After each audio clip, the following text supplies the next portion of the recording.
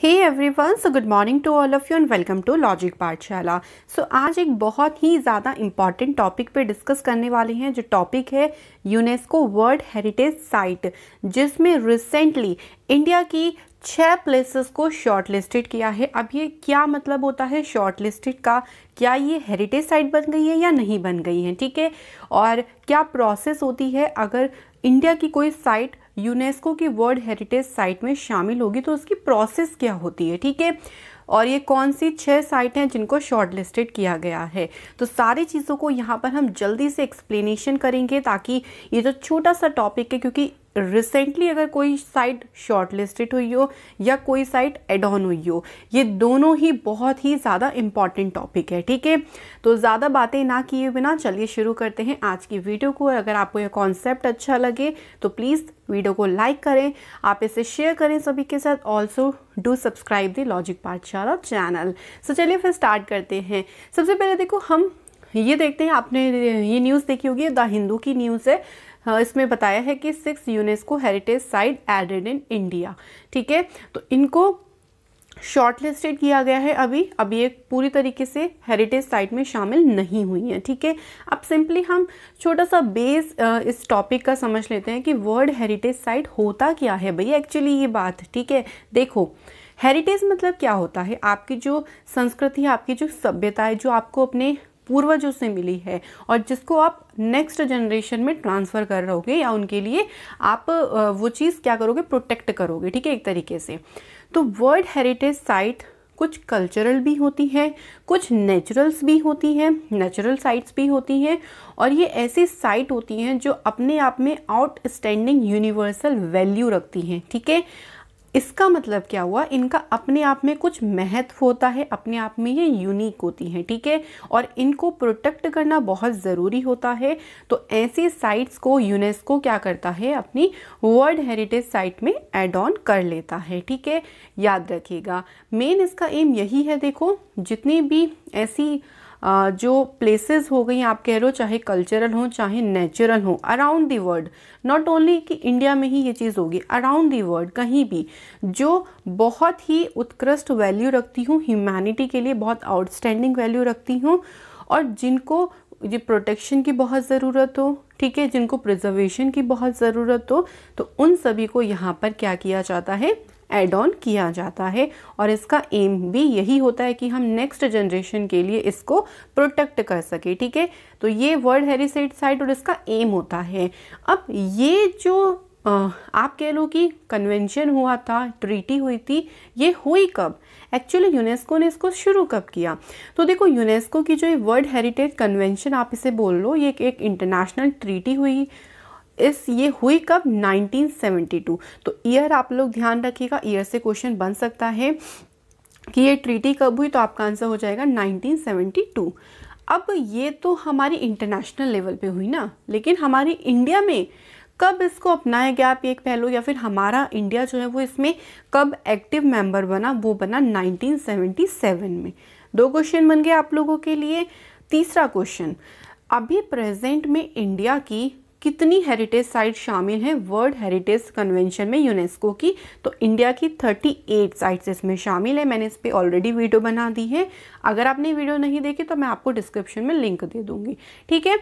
सो इसमें देखो, 30 तो कल्चरल साइट्स हैं, 7 इसकी नेचुरल साइट्स हैं, और 1 मिक्स्ड है, ठीक है।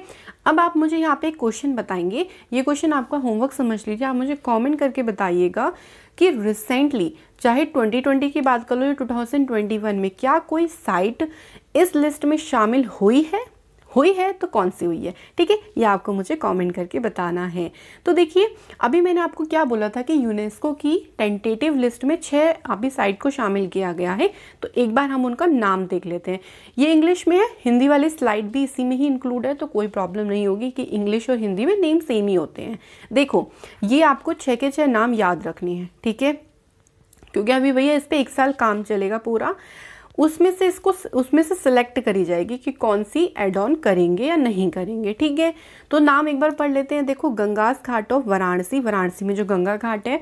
टेम्पल्स ऑफ कांचीपुरम, कहाँ पे है, तमिलनाडु में। उसके बाद है देखो, Satpura tiger reserve, very important, Madhya Pradesh. उसके बाद है महाराष्ट्र में जो मिलिट्री आर्किटेक्चर्स बने हुए हैं उनको भी इस लिस्ट में शामिल किया गया है। डायमंड्स बंगाल मेगालिथिक साइट को, और ये भी इम्पॉर्टेंट है, मध्य प्रदेश की भेड़ा घाट, लामते घाट जो कि नर्मदा वैली में है। ठीक है, तो ये 6 लिस्ट है, आप यहाँ पे देख सकते हैं। हिंदी में भी वही नाम है, वाराणसी का गंगा घाट, तमिलनाडु का कांचीपुरम मंदिर, मध्य प्रदेश में सतपुड़ा टाइगर रिजर्व, महाराष्ट्र का सैन्य बात्सु कला, हीरे बैंकल मेगालिथिक साइट, और मध्य प्रदेश में नर्मदा घाटी के भेड़ा घाट और लामता घाट। ठीक है, तो ये 6 के नाम आप लोग प्लीज़ अच्छे से याद रखिएगा। मैं फिर से बोल रही हूँ, देखो अभी जो ये अगर हम अब बात करें, ये जो लिस्ट आ गई है, ये लिस्ट आ गई है कितने की, 6 की। क्या इससे पहले भी और टेंटेटिव लिस्ट में है? बिल्कुल है। अब इन 6 को मिला के टोटल कितनी साइट हो गई है? 48 साइट हो गई है जो अभी शॉर्ट लिस्टेड हैं, आप कह लो कि संभावित हैं। अब इनमें से चुनी जाएंगी कोई साइट जो एक्चुअली में वर्ल्ड हेरिटेज साइट में शामिल होंगी। ठीक है, वैसे तो देखो आर्कियोलॉजिकल सर्वे के अकॉर्डिंग 9 एंट्रीज को भेजा गया था, बट प्रोबेबली 6 एंट्रीज को इसमें लिस्टेड किया गया है। अब इन पर क्या होगा, देखो 1 साल तक काम चलेगा। अब क्या काम चलेगा 1 साल तक? क्या कोई खुदाई करेंगे? नहीं, ऐसा कुछ नहीं होगा। ठीक है, 1 साल तक देखो पूरा सिलेक्शन प्रोसेस होता है, लाइक आपके एग्जाम की तरह आप कह लो। ठीक है, कि तैयारी करो, फिर अच्छे से पढ़ो, फिर एग्ज़ाम दो, लाइक ऐसे ही 1 ईयर का इसका भी प्रोसेस होता है। अब देख लेते हैं कि कैसे इसका सिलेक्शन होता है। ठीक है, अब ये एग्ज़ाम में नहीं पूछेंगे, ओनली ये मैं आपको सिर्फ बता रही हूँ फॉर योर नॉलेज। ठीक है, सबसे पहले देखो नॉमिनेशन प्रोसेस होते हैं, जिसको आप बोलते हो टेंटेटिव लिस्ट। जो ये लिस्ट आई है ये एक तरीके की नॉमिनेशन है, लाइक जैसे अवार्ड होता है ना, अवार्ड में नॉमिनीज होता है कि 4-5 लोगों को क्या करते हैं, नॉमिनीज करते हैं, फिर उनमें से किसी एक को अवार्ड मिलता है। इसमें भी नॉमिनेशन होता है पहले, और एक लिस्ट बनाई जाती है। दूसरा काम क्या होता है, द नॉमिनेशन फाइल, मतलब जो भी लिस्ट बनाई गई है, जो भी उसमें साइट को रखा गया है, उसकी डीपली एक फ़ाइल बनाई जाती है कि भैया ये साइट है, इसको प्रोटेक्ट करना क्यों ज़रूरी है, उसके बारे में मतलब एक पूरा डिटेल इन्फॉर्मेशन उसमें दी जाती है, सारी एप्लीकेशन सब कुछ। ठीक है, ये होता है सेकेंड प्रोसेस। थर्ड स्टेप क्या होता है, द एडवाइजरी बॉडी।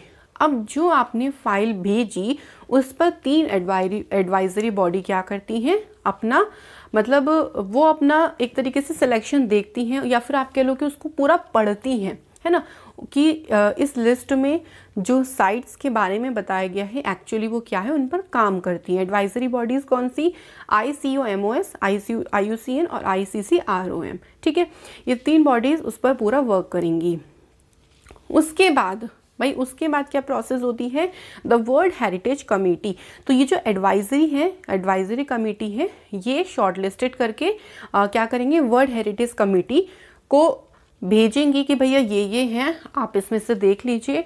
और जो वर्ल्ड हेरिटेज कमेटी है जो सिलेक्शन करती है एक्चुअली में, उसने अपना क्राइटेरिया क्या रखा हुआ है, जो भी उन्होंने अपना क्राइटेरिया रखा हुआ है कोई भी साइट को सिलेक्ट करने का।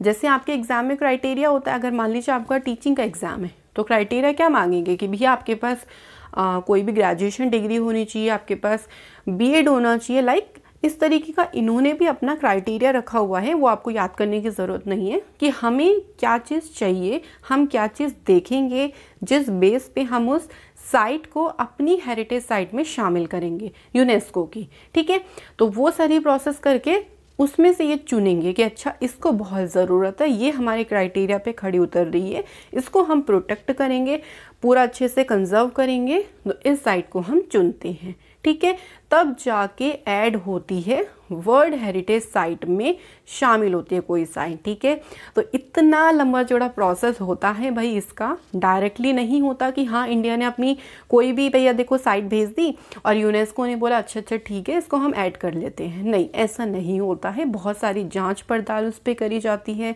बहुत सारी प्रोसेस करी जाती है। ठीक है, तब जाके यूनेस्को की वर्ल्ड हेरिटेज साइट में कोई साइट शामिल होती है। तो ये सिर्फ इंडिया के लिए क्राइटेरिया नहीं है, ऑल ऑफ द वर्ल्ड ये यही क्राइटेरिया है, ऐसे ही सिलेक्शन होता है किसी साइट का। आई होप सो आप लोगों को ये वीडियो समझ में आ गई होगी, कॉन्सेप्ट क्लियर हो गया होगा।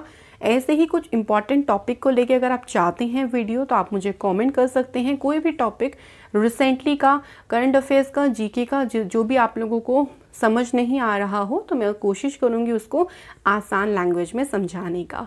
तो चलिए फिर इस टॉपिक को एंड करते हैं। छोटा सा टॉपिक था।